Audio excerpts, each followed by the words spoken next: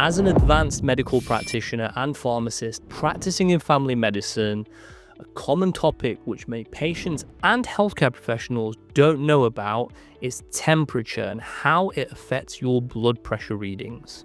Because here's the thing, we all know that blood pressure is affected by things like your lifestyle, your diet, stress levels.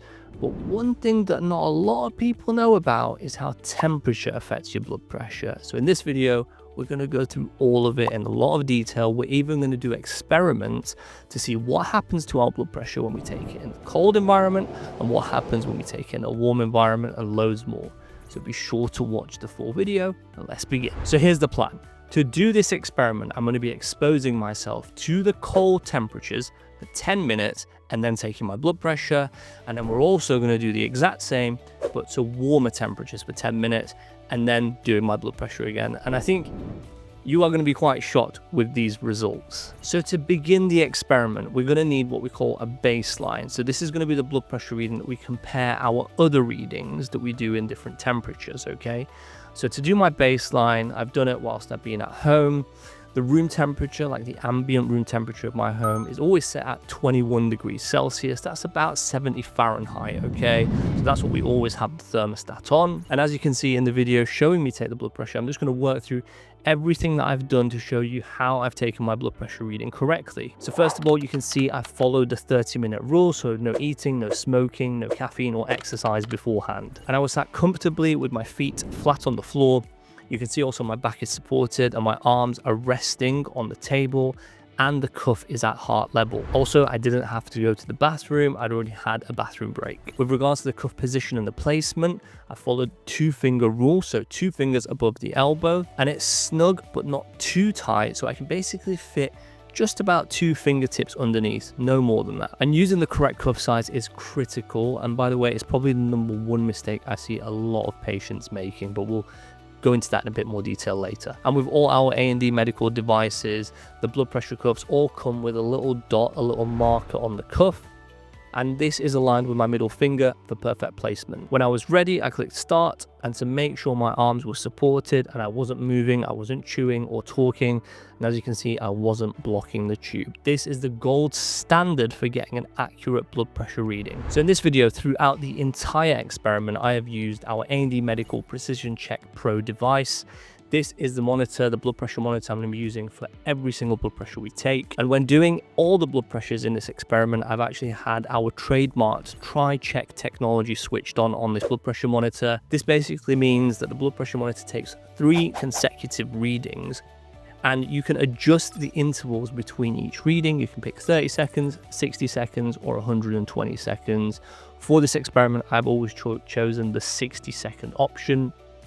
This is my preferred option, and this is all in line with the American Heart Association's recommended guidelines for taking your blood pressure readings correctly. Okay, so now that we've done our baseline reading, let me share the results with you. So my baseline using Tri-Check technology was 123/77. So that is my baseline blood pressure reading, 123/77 millimeters of mercury. That's a good blood pressure reading. So let's see what happens next. So as you can see now in the video, I've gone outside. This is in Leeds, it's in the United Kingdom, it's my hometown. And it was a cold day, it was about 10 degrees Celsius. That's about 50 Fahrenheit from my calculations. It was a pretty cold day in the UK, I could feel the cold setting in, also my fingers started to feel a little numb being outside for a bit, so it really indicates that cold weather. So after spending 10 minutes outside, I then decided to head inside to take my blood pressure reading. Okay, I followed all the correct procedures exactly the same way that I did it before, and it's going to be interesting for you to see the readings. Okay guys, results are in, and this is going to be quite shocking. So remember, baseline was 123/77. And after taking my blood pressure, after acclimatizing to the cold weather, so 10 degrees Celsius, which again, 50 Fahrenheit, my blood pressure went up to 139/70. 139/70 millimeters of mercury. So that's a big jump from 123/77 to 139/70. But the real question is, why has this happened? So to explain this, let's look at the science, all right? When we go into cold weather, something happens to our body. It's called vasoconstriction, okay? So basically there's constriction happening in our blood vessels, and this is actually a survival mechanism for us to conserve body heat. But if you think about it, when you get vasoconstriction, basically it's narrowing those vessels. So basically the pressure is going to increase, all right? Think of it as your garden hose pipe, all right? When it's just open, the water's flowing slowly, but when you constrict it, basically, if you squeeze it or if you put your thumb on the end of it so it makes the hole smaller, it shoots out with way more speed and it goes way further, so the pressure increases, and it's exactly the same concept. And thinking back to it as well, I have had so many patients in clinic who generally their homes are colder. In the UK, it's quite cold here. So if they're not having their thermostat at the right temperature and they're taking their blood pressure readings at home, usually for a week, and I've always noticed their blood pressure is generally higher at home, sometimes if they have colder homes, compared to when we do it in clinic. So again, the science really makes sense. So I guess the next question now is, if I take my blood pressure at a higher temperature, will it be lower or higher? All right, so let's do the experiment again and see what happens this time. So to do the warm temperature test, again, I was outside for 10 minutes. This was a particularly hot day. I know it's a little cloudy, but it was a very tropical environment. It was a very warm day, very sweaty actually. So the temperature was 30 degrees Celsius that day. That's about 86 Fahrenheit. And I can definitely say I felt a lot more relaxed than when I was out in the cold weather. So once again, 10 minutes done, then headed inside, and I've taken my blood pressure exactly the same way that we did the baseline, following all the correct guidelines. Okay guys, so results are in. Remember, my baseline was 123/77, my blood pressure. Let's see what happened after the warm weather. This is pretty impressive actually. Look at that reading, 99/63. So my blood pressure dropped from 123/77 to 99/63. That's quite a low blood pressure reading, and it's quite incredible how much the weather affects, well, not the weather, sorry, the temperature affects our blood pressure. So I guess the question again is, why did this happen? Let's talk some science. So here's the science.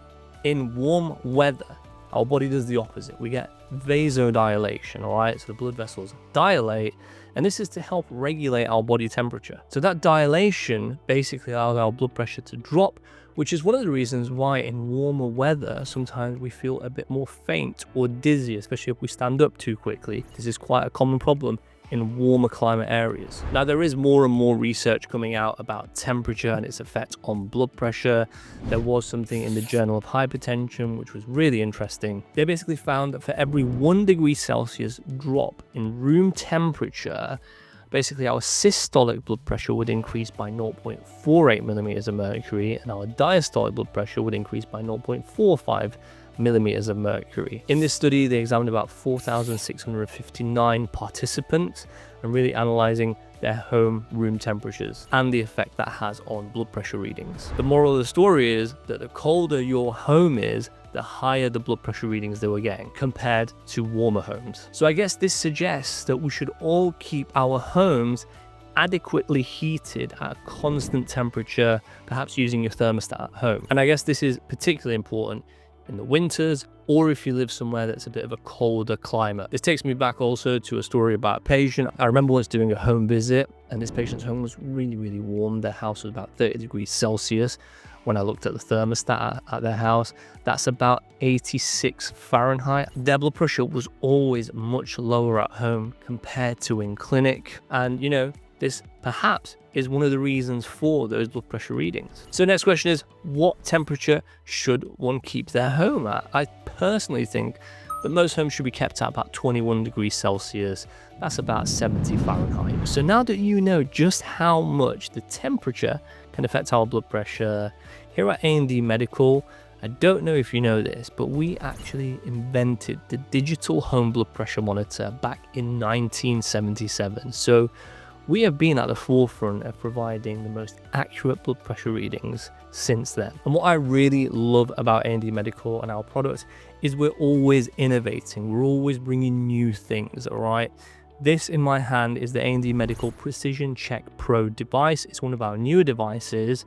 And because we know about how temperature affects your blood pressure, this blood pressure monitor actually records the ambient room temperature as well when you are taking your blood pressure reading. So for every blood pressure reading you take, you will also have the room temperature at the time when you're taking it. So if you have any outliers that just look a bit strange compared to what you usually get, you can then correlate if there was a temperature change that could have affected it. Our technology is designed to give you even more confidence in health tracking. Now, to learn more about A&D Medical and our fantastic product range and health devices, including things like our body composition scale, our pulse oximeters, our blood pressure monitors, and more, I will leave a link to us in the description below. And I just want to say a massive thank you so much for watching our video. Really hope that you found this information helpful. This is a topic that not many people know about, and hopefully now you can go and tell your friends, your family all about temperature. Tell your healthcare professional, because they might be impressed by that knowledge as well. If you know someone that will find this information helpful, please do share it to them, and do check out our channel. We have lots of in-house videos that we make on the A&D Medical channel, all about blood pressure, all about cardiovascular risk. We've done other blood pressure myth debunking videos where we do different experiments showing just how much these mistakes can affect your blood pressure, and also looking at natural ways on how you can lower your blood pressure, and loads more. So please do visit our channel and learn more about blood pressure. And as we always say at the end of every single video, A&D Medical, discover precision.